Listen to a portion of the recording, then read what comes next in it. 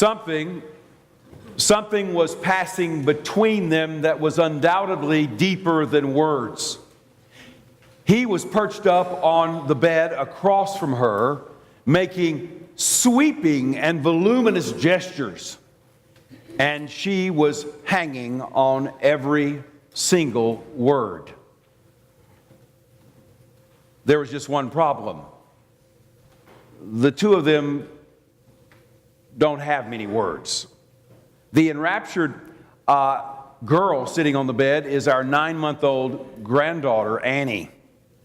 And the boy speaking to her so fervently is our 4-year-old grandson, Grant. And due to his Down syndrome, he doesn't have an armload of words either. But whatever he was saying, she was hearing. Our daughter-in-law, Sarah, sent us 2 photographs last Sunday after worship depicting our youngest grandchildren sitting atop their parents' bed, the most loving and secure place in their infant universe. Under the adoring gaze of their mother, the two of them were completely lost in conversation. You know, theirs is not a relationship forged by expectation or a parental insistence. No, theirs is a communion of delight. And in the portrait of those two, we begin to see the relationship that Christ wishes to have with you and me. A communion of delight. A communion that goes deeper and farther than words. Words cannot say it all, and it pains me to even state that, because I love words. And I come by it honestly. My mother was a wordsmith supreme. All month long, she would save her pennies. And on the day that the Reader's Digest came out on the newsstands, she would march us to the A&P store. And there, after she bought our meager groceries, she would go to the newsstand, and I tell you that she would flip through every one of the Reader's Digest, so she found one that was completely crisp and untouched.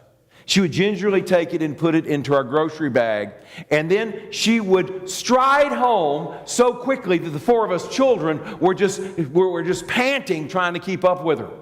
She would go right into the house, plop down that brown grocery bag, and take her Reader's Digest and retreat to the dining room table and open it immediately to the Worldly Wise.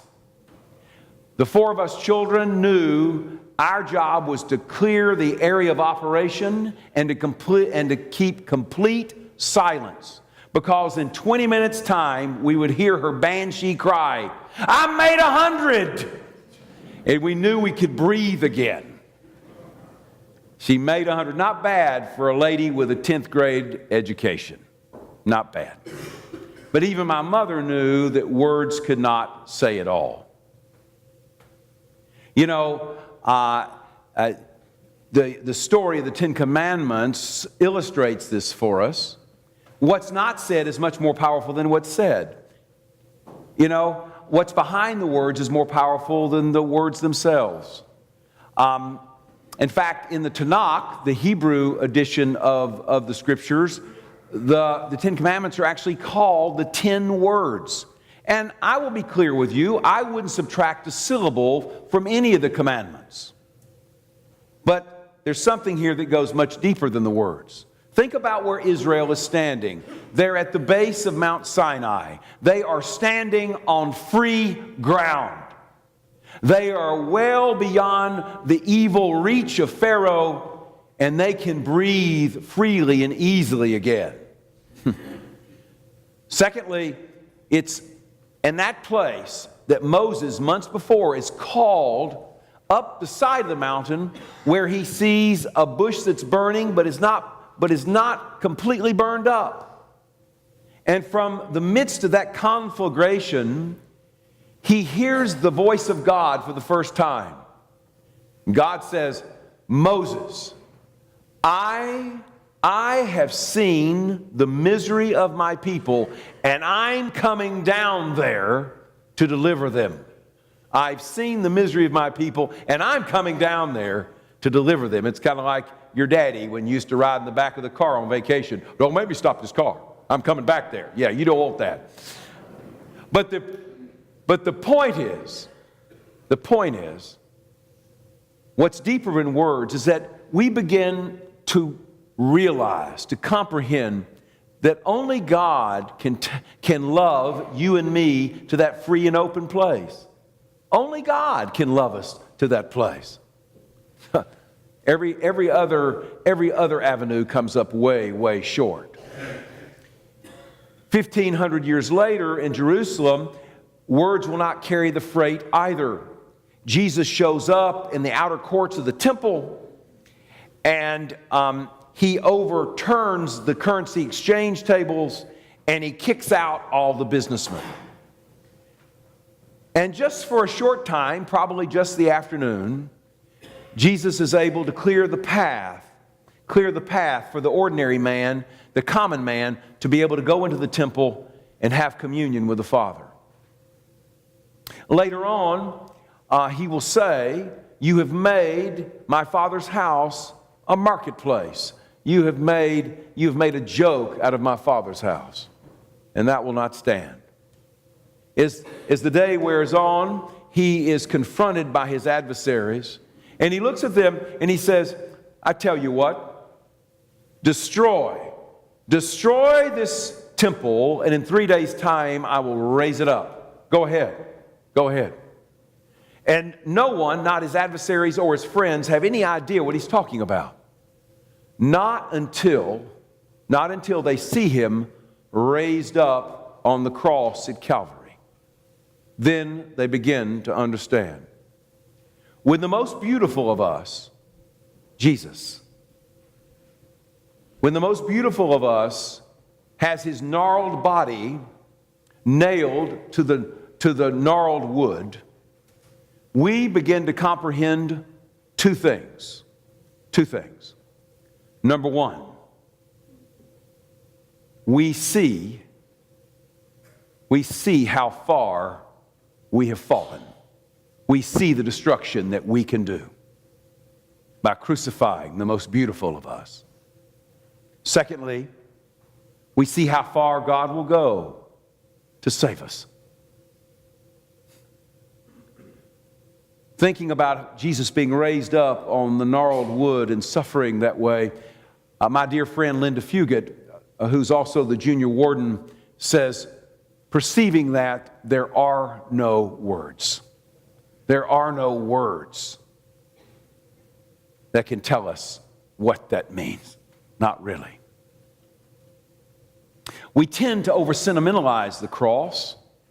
We do that in order to protect ourselves, because we fear that once we really understand the true depth of the cross and the depravity of our lives, we will have a hard time getting back in the saddle. So we over-sentimentalize it and make nice jewelry out of the crosses and all sorts of things like that. The great New Testament theologian and Episcopal priest Fleming Rutledge says the outrage of the cross is only commensurate with our sin. Wow. This is the finest theologian on the cross whom I've ever read.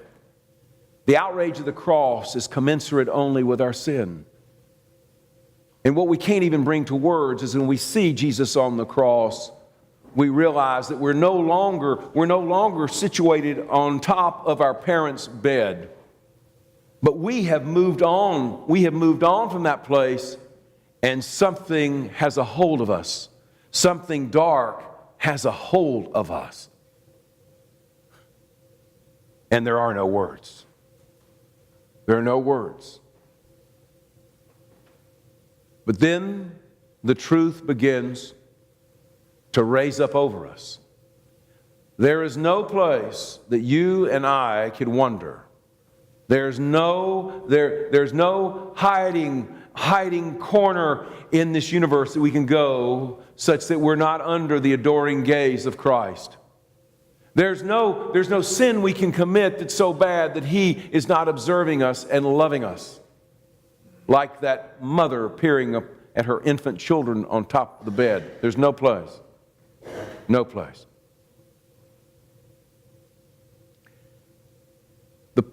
We go on in our lives working and shirking,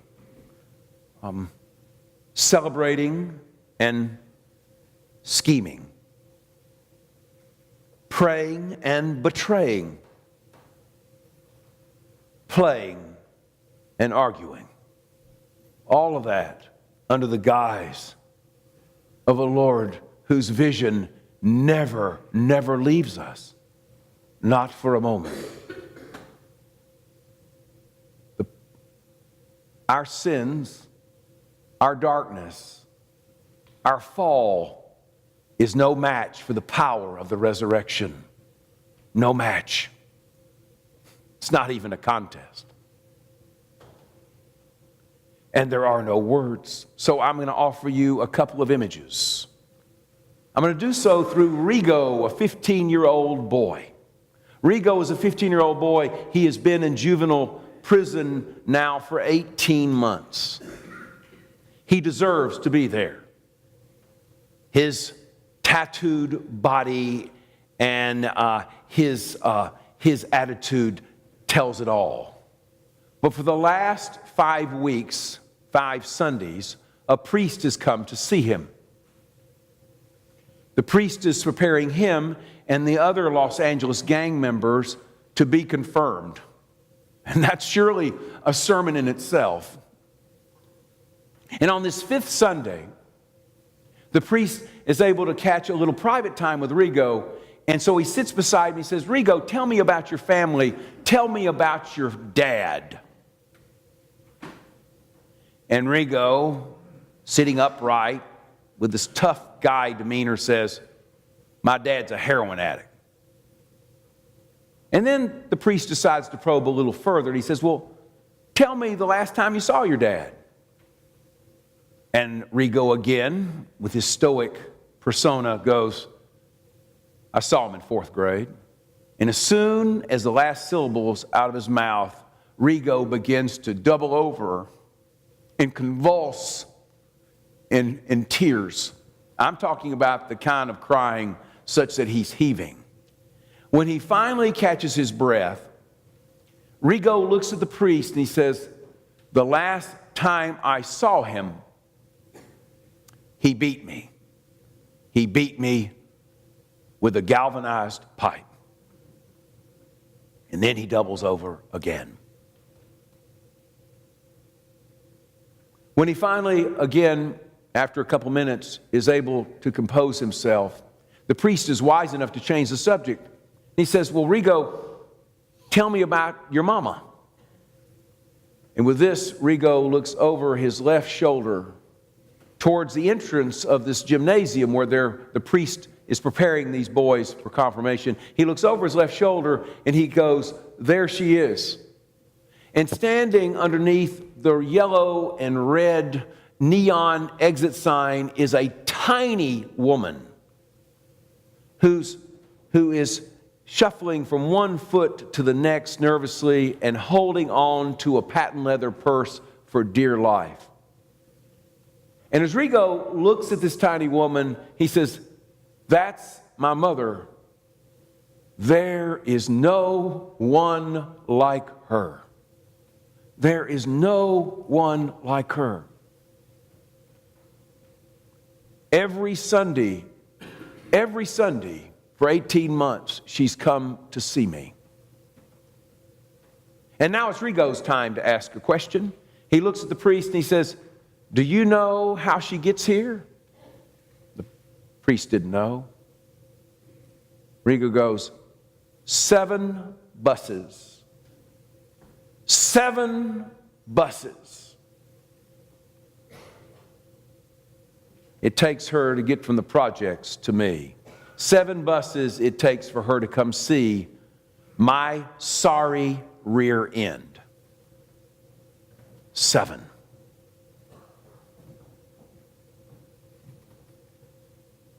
Do you really want to know what the risen Christ love is like? Do you really want to know? It's like that tiny mama taking 14 buses after working in a commercial laundry all week long. 14 buses to go to and fro to see her son, just to cast her eyes on him for 30 minutes. That's the power of the risen Christ. And it's like a young mother who sees her children playing atop her bed, and she just delights in them and adores them. The love of Christ cannot be defeated. No matter how far we wander, no matter how dark our life has been, no matter how many mistakes we've made, Christ will find us. He sees us. Because neither death nor life, nor angels nor demons, nor powers, nor height nor depth, nor anything else in all creation shall separate us from the love of God that we find in Christ Jesus. And that list is a pretty good start. But really,